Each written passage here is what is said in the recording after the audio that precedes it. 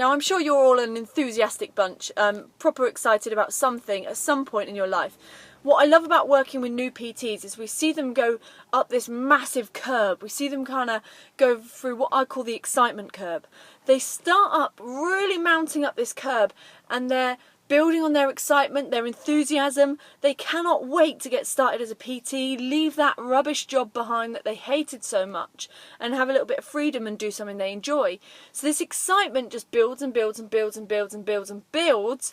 But whilst they're on this excitement up phase, they're at a point where they're taking huge action, massive action, to the point they don't even think about the barriers that come in their head. They just do.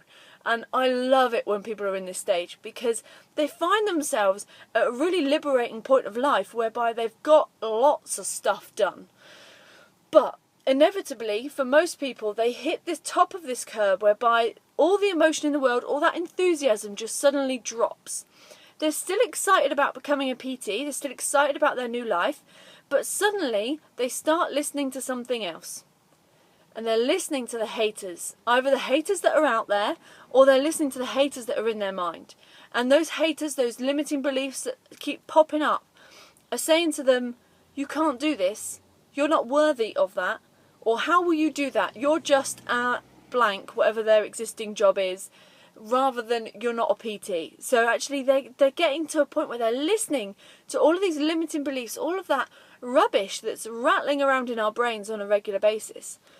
But what's really interesting is that in that place, they take little to no action on the things that they really need to in order to start going back up the excitement curve. So whereas when they were not listening, they were able to really go up, really escalate up that excitement curve. Start listening to the stuff inside your head and you start dropping. So the reason why this rings so true to everybody, and I'm sure you'll be able to relate to it, is that we all listen to that voice inside our head, and it limits our ability to release our inner coach. It limits our ability to really spread our message of why we're there, and it limits our ability to kind of get our product out there and actually start helping people.